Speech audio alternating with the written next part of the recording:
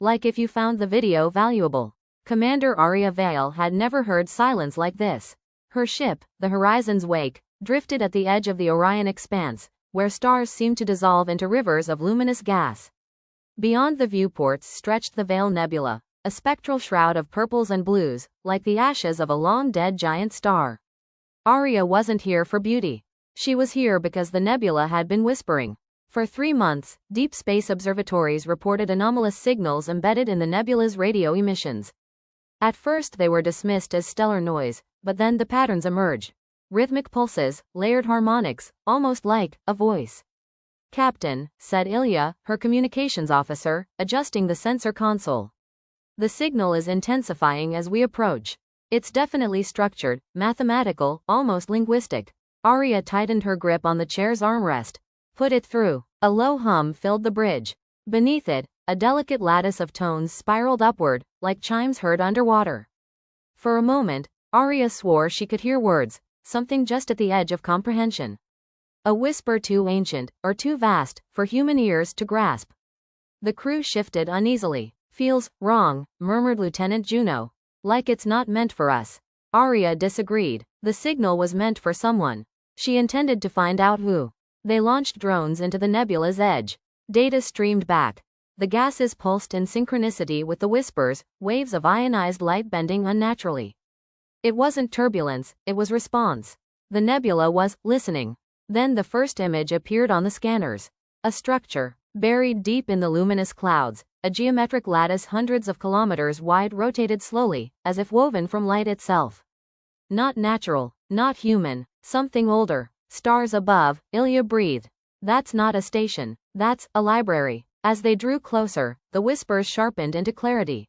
Not random tones anymore, but overlapping voices, speaking in dozens of languages, some human, some utterly alien. Lyra felt her mind reel. Each phrase carried weight, a memory pressed into sound. Histories, philosophies, names of long-forgotten worlds. The structure wasn't just transmitting, it was archiving. "The nebula's whisper," Lyra murmured, understanding at last. It was a cosmic repository, preserving civilizations before they burned out like dying stars. But why reveal itself now? Suddenly, the signal spiked. The voices braided together into a single, commanding tone. The crew gasped as consoles flickered. A projection shimmered into existence above the bridge. A vast, shifting figure woven from light, faceless yet filled with presence.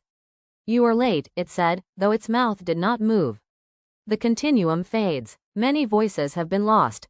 Lyra swallowed hard. "What are you?" The figure tilted its head, starlight dripping from its form.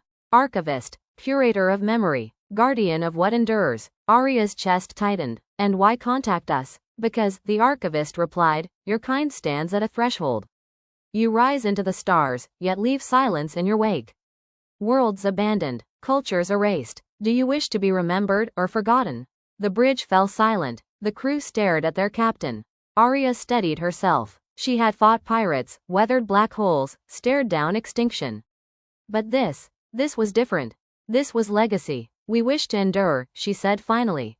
The figure shimmered, fragments of nebula folding into its form. "Then give. Speak your truths. Share your stories. All who enter must contribute."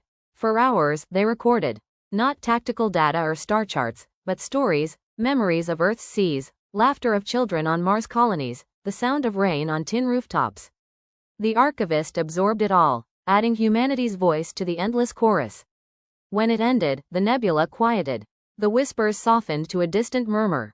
The lattice of light faded back into shadow. "Captain," Ilya whispered, "what happens if we tell the galaxy about this?" Lyra stared into the glowing veil, where secrets of countless civilizations lay preserved.